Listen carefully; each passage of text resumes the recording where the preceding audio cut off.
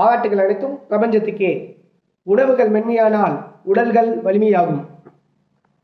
நம்ம ஆரோக்கியமாக எப்படியெல்லாம் இருக்கலாம் அப்படின்னு பலவிதமான விழிப்புணர்வு பதிவுகளும் நிறைய சயின்டிஃபிக்கான ரிப்போர்ட்டும் நம்ம சேனலில் இது வரைக்கும் போட்டிருப்போம். உலகத்தில் இருக்கக்கூடிய எல்லா நோய்களுக்கும் காரணம் ரத்தம். ரத்தம் கெட்டு போச்சுனாக்கா எல்லா நோய்களும் உற்பத்தி ஆகிடும். எந்த இடத்துல கழிவு பொருள் இருக்குதோ அந்த இடத்துல தான் ஈ, எறும்பு, பூச்சி, பலவிதமான கண்ணுக்கு தெரிஞ்ச விஷயங்கள் வரும். அந்த புழு அதெல்லாம் அதை சாப்பிட்றதுக்கு. கண்ணுக்கு தெரியாத விஷயம் பார்த்தீங்கன்னாக்கா பாக்டீரியா, வைரஸு, ஃபங்கஸு, இந்த மாதிரியான விஷயங்களும் வரும். ரத்தம் கெட்டு போச்சுனாக்கா உடலில் இருக்கக்கூடிய மற்ற அனைத்து விதமான உறுப்புகளும் கெட்டு போகும்.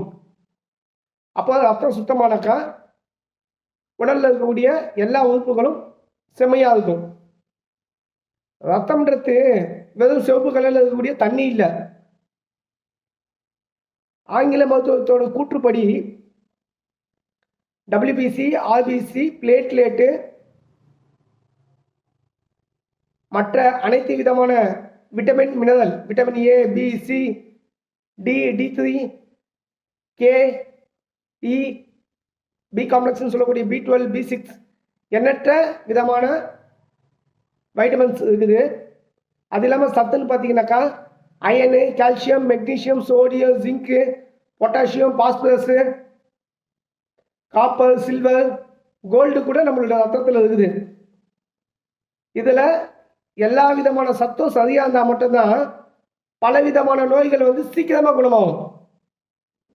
பல டாக்டர்ஸ் என்கிட்ட கேட்பாங்க, உங்களால் எப்படிங்க கேன்சர் குணப்படுத்த முடியும், உங்களால் எப்படிங்க செக்ஷுவல் டிசீஸ்லாம் குணப்படுத்த முடியும், இது வரைக்கும் எங்களுடைய மருத்துவத்தில் அதெல்லாம் முடியாதுன்றாங்களே, நீங்கள் எப்படி பண்ண முடியும் அப்படின்னு பல பேர் நம்மகிட்ட கேள்வி கேட்பாங்க. நோயாளியாக பார்த்தா நோய் குணம் ஆகாது. வள்ளுவர் சொல்லியிருப்பாரு, நோய் நாடி நோய் முதல் நாடி அது நிற்கும் வாய் நாடி வாய்ப்பை செயல். நோய் வந்ததுக்கான காரணம், அது அந்த காரணத்துக்கான மூல காரணம். இதெல்லாம் பயன்படுத்தி சரியான விகிதத்தில் மருந்து கொடுத்தா அந்த மருந்து ரொம்ப ஸ்பீடாக போகும். ஆன்றோர்கள் கூற்று இது. நம்ம அந்த விஷயத்தை அப்படியே ஃபாலோ பண்ணுறோம்.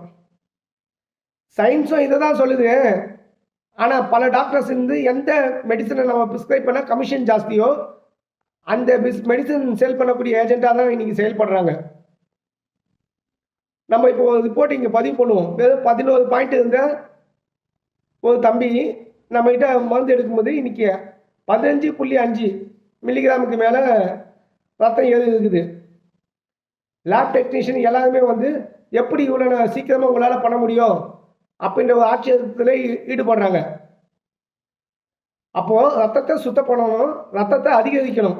இதை பண்ணாக்கா மேக்சிமம் நோய் குணமாயிடும்.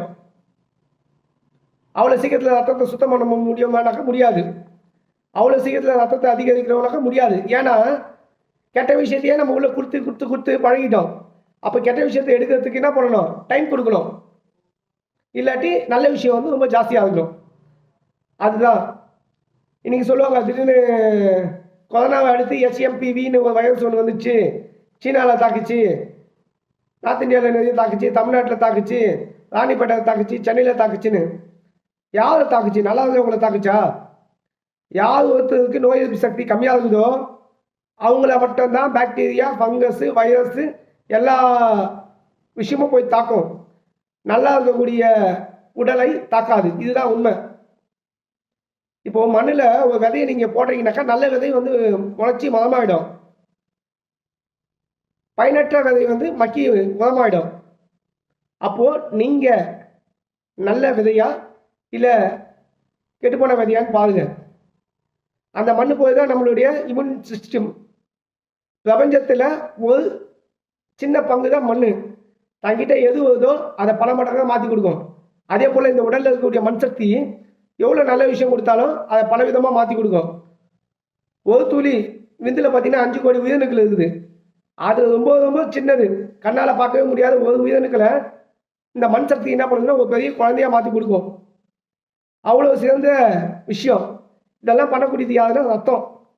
ரத்தையை எப்படி செம்மைப்படுத்தணும், ரத்தத்தை எப்படி சுத்தமாக வச்சுக்கணும், இதெல்லாம் எப்படி சீக்கிரமாக பண்ணணும்னு சொல்லிட்டு நான் வந்து ஒரு குரூப் ஒன்று ஆரம்பிச்சிருக்கேன்.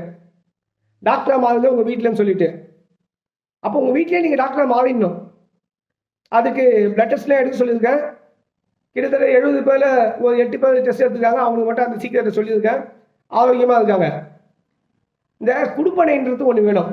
பிரபஞ்ச ஆற்றலின்படி ஒற்றவையே இருக்கும். யார் யாருக்கு எது எதெல்லாம் கிடைக்கணும்னு இருக்குதோ அவங்களுக்கு தான் அது கிடைக்கும்.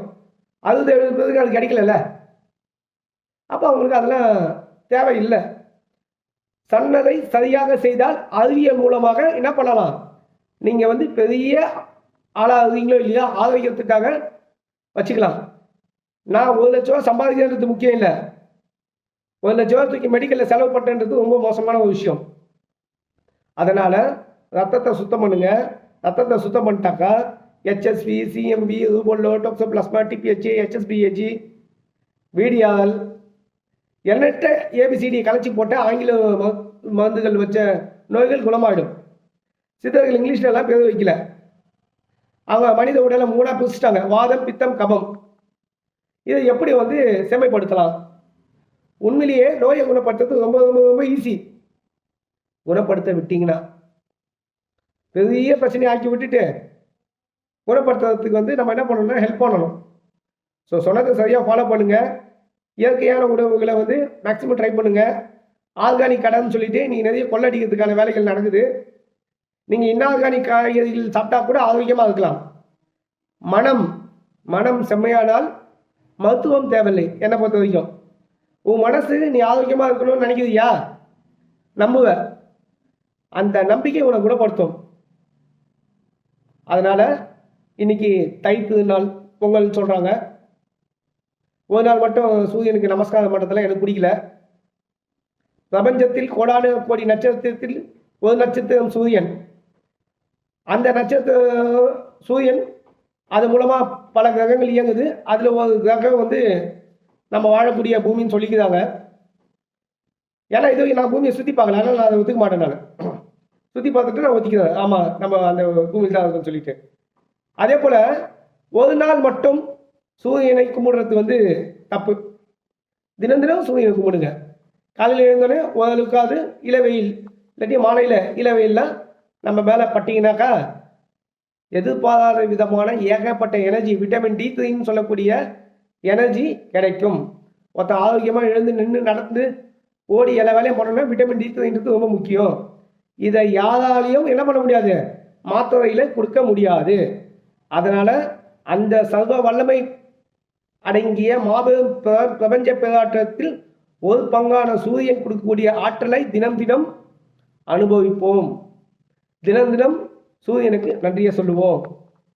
அதனால் ஒரு நாள் மட்டும் சூரியனை வந்து கும்பிடுறது, மாலை போட்டுட்டு ஒரு நாள் மட்டும் பக்தியாக இருக்கிறது, மற்ற நாள்லாம் அட்டுழியம் பண்ணுறது, இதெல்லாம் வந்து எப்படின்றது நீங்களே யோசிச்சுக்கிங்க. அதனால் சூரியன் சொல்லக்கூடியது கண்ணுக்கு தெரிஞ்சு இருக்கக்கூடிய ஒரு கடவுள் மாதிரி வச்சுக்கோங்க.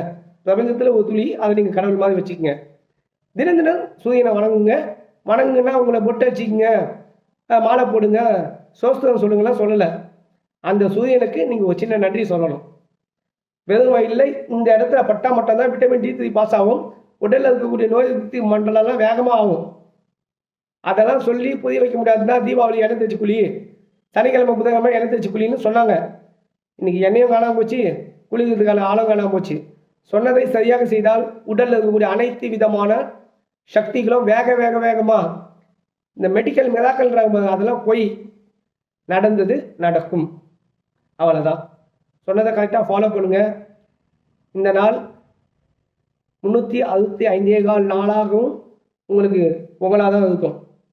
சொன்னதை கரெக்டாக ஃபாலோ பண்ணிங்கனாக்கா. அதனால் சூரியனுக்கு நம்ம டெய்லி என்ன பண்ணணும்னாக்கா ஒரு சின்ன நன்றி, வணக்கம், நன்றி. நீங்கள் வந்து இந்த உலகத்தை ரொம்ப உங்களால் தான் இந்த உலகம் நல்லா இருக்குது. காய்கறியிலேருந்து புல் பூண்டுலேருந்து மனிதன்லேருந்து எல்லா விலங்கு பறவைகள் எல்லாமே உங்களால் தான் இயங்குது. அதனால் உங்களுக்கு ஒரு சின்ன நன்றி. வாயால் சொன்னாலும் சொல்லுங்கள், மனசெல்லாம் நெஞ்சாலும் நினைங்க. அந்த ஷோல்டரில் படணும். அதுதான் விட்டமின் D3 பாஸ் பண்ணக்கூடிய இடம். வேகமாக பாஸ் ஆகும். அதனால் சூரியன் கிட்ட சக்தியை டெய்லி அனுபவிங்க. ஒரு நாள் அனுபவிக்கிறது வந்து எனக்கு அதை பற்றி பெருசாக உடன்பாடு இல்லை.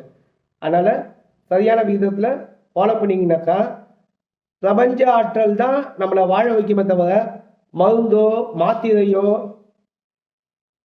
மற்ற ஆப்ரேஷன் பண்ணுறது மற்ற விஷயங்கள்லாம் நம்மளை வாழ வைக்காது.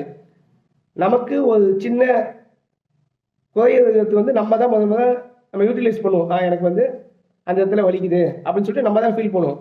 அதனால தான் வீட்டு பக்கத்தில் இருக்கக்கூடிய ஏதோ ஒரு விதமான மருத்துவர்கள் போய் பார்ப்போம். அது முடிஞ்சால் டேப்லெட் கொடுப்பாரு, இல்லாட்டி டெஸ்ட் எடுக்க சொல்லுவார், ஸ்கேன் எடுக்க சொல்லுவார்.